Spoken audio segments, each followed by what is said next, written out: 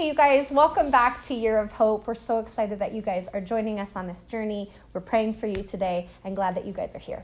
Yeah, and today we're talking about hope in our finances. And Jess and I are just excited to share about our story with you. We've gone through times in our life with hardship financially, and so we're going to dive into that today.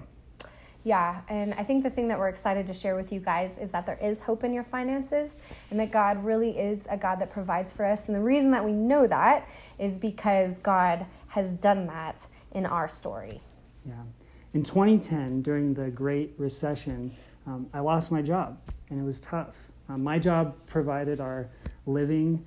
It was our main financial support, and it was scary. And the week that I lost my job just happened to be our very first wedding anniversary. Mm-hmm. We had also closed on our first home. We had, as a gift for each other, bought 2 boxer puppies that we absolutely loved. Mm-hmm. And so all of a sudden, we've got nothing financially, and we have all of these commitments. Mm-hmm. We're paying a mortgage. Mm-hmm. We're feeding our little new puppies. And it was definitely scary, and it was overwhelming.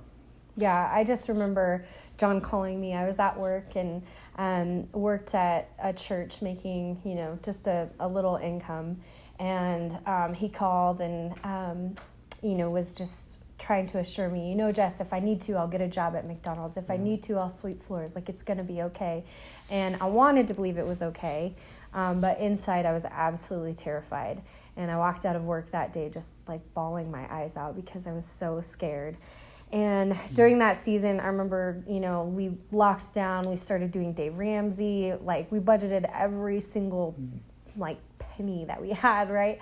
I'd roll into King Soopers with all of my coupons, right? And like $50, and that was supposed to last us for the week. And it was just really, really, really hard. And I remembered I would always tell people, God's our provider, and I know he's like a good God and he provides for us. Yeah. But I think it was in that season that I really realized, I don't know if I actually believe that.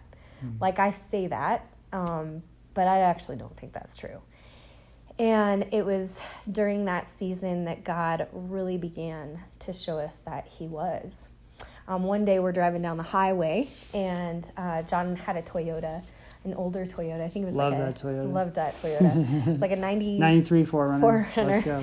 And so we're driving down the highway, and this awful sound comes from the engine, mm-hmm. and the whole car shakes, and there's smoke coming out of the front, and the car breaks down.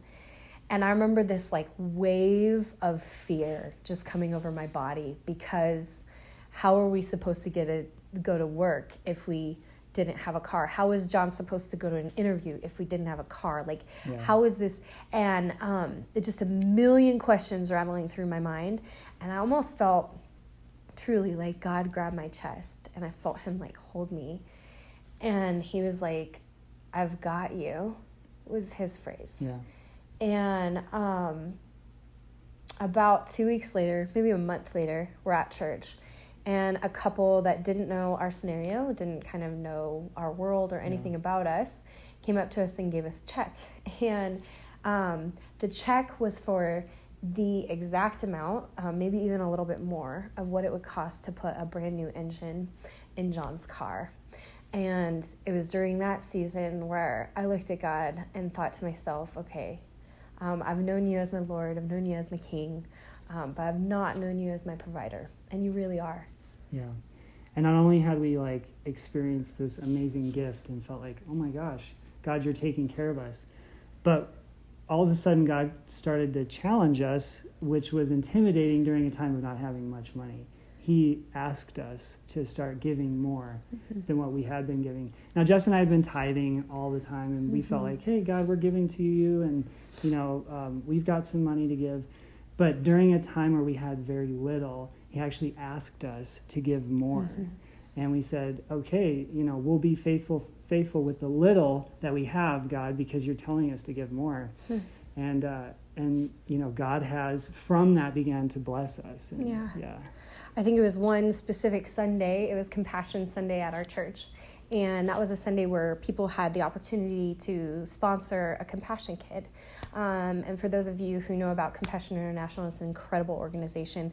But that Sunday, they challenged us and said, maybe sponsor one kid.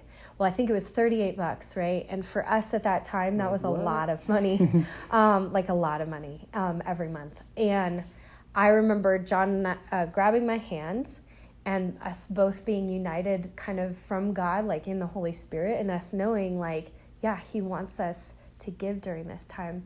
And it released something in us. And here's what giving does that's so crazy. Yeah. It makes it so that money doesn't control you. It makes it so that money is not your king, but the Lord is your king.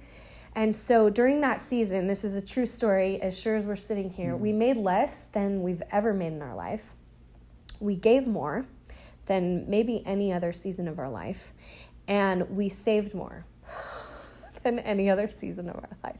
How's that work, right? We have no idea how that works, but it's a true story. Yeah. And I say all that to say, man, God is a good God. And he has a hope. I don't know where you're at today, but he has a hope. This is not about us. This is about a God that saves you, that takes care of you.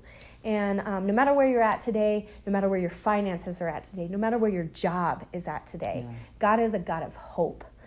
He is the God that provides in the Bible, and he is a God that provides today. And so tell fear to take a hike. Tell the Lord that your hope is not for sale, because we know that he will provide for you. Yeah. We love you. Stay strong and stay hopeful.